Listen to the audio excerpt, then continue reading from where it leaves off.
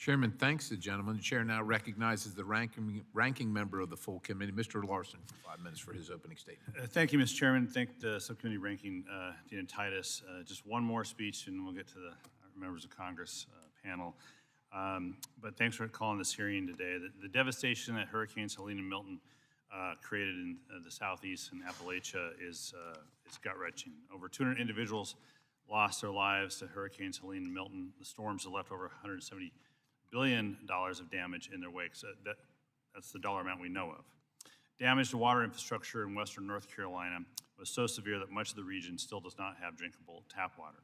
To aid affected communities, the administration approved major disaster declarations for Florida, Georgia, North Carolina, South Carolina, Tennessee, and Virginia. So the recovery will take a lot of work, and we are ready to provide the resources needed. And I'm grateful that Representatives Edwards and Castor are here today to share what they've seen on the ground in their districts as a result. And I think they, along with the rest of Congress, would agree that we have to focus on passing a disaster supplemental immediately. Without funding, federal agencies, including FEMA and the Small Business Administration, cannot fulfill their missions and help disaster survivors. For over a month now, the Small Business Administration Disaster Fund has been empty. In that time, the applications of over 11,000 survivors have been approved for disaster loan assistance, but they will not receive any money until Congress makes more funding available. It's not a new problem. Congress has failed to approve critical long-term recovery funds for disasters in 2023 and 24 that occurred in 21 states, ranging from Alabama and Arkansas to Texas, Vermont, and Washington State. FEMA's Disaster Relief Fund is once again approaching concerningly low levels with less than $5 billion remaining. That sounds like a lot of money, but it is not a lot of money when you consider the cost of these disasters. Disaster survivors should not be left wondering if promised disaster aid is coming. After losing everything, families should be focused on rebuilding their lives, not worrying about congressional dysfunction. Again, this is not isolated to the challenges that the people in North Carolina and Florida are facing. They are challenges that even my constituents are facing from previous disasters. So I would just call on the Speaker to schedule a vote for Congress to consider President Biden's $100 billion disaster supplemental request as soon as possible. Now, in the wake of catastrophic disasters, it's important for Congress and FEMA to take stock of lessons learned. The misinformation that has circulated after recent disasters is creating barriers to recovery and putting disaster relief workers at risk. The presence of misinformation after disasters is not new.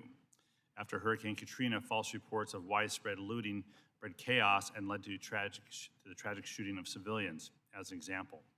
After the Maui wildfires, bogus claims that the federal government would steal survivors' land were widely circulated, harming those in need of assistance. And however, false rumors following Hurricane Helene, especially in North Carolina, were described by Administrator Criswell as the worst misinformation she's ever heard.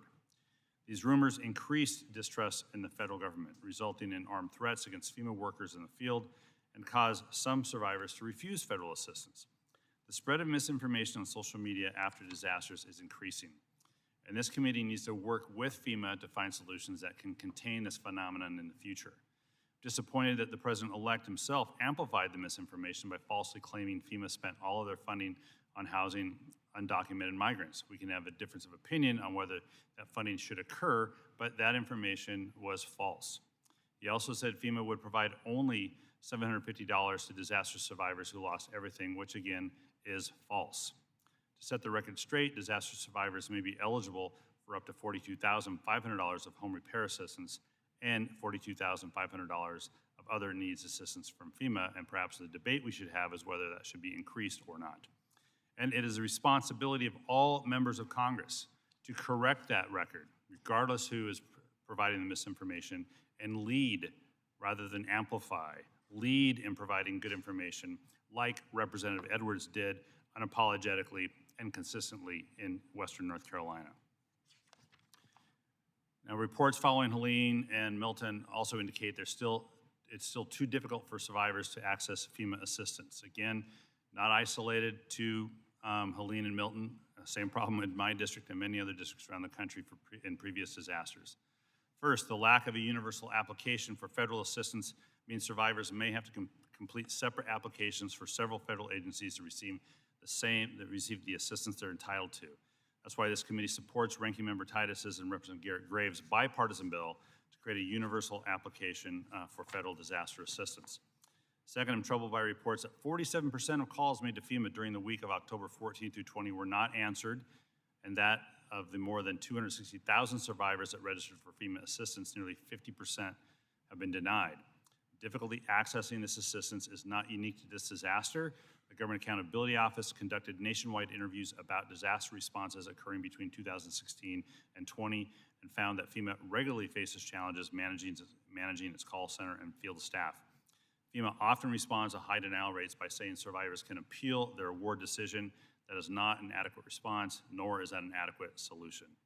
Eligible survivors should have to fill out one application for FEMA assistance, and it should be this committee's intent to make accessing FEMA aid simple and easy. Finally, when Administrator Criswell gets here, we'll have questions for her, but I do want to thank her for her service to this country as the first female FEMA administrator and for all the positive policies she has implemented during her tenure. I want to thank you all for being here and look forward to our members' views on Helene and Milton. That'll yield back.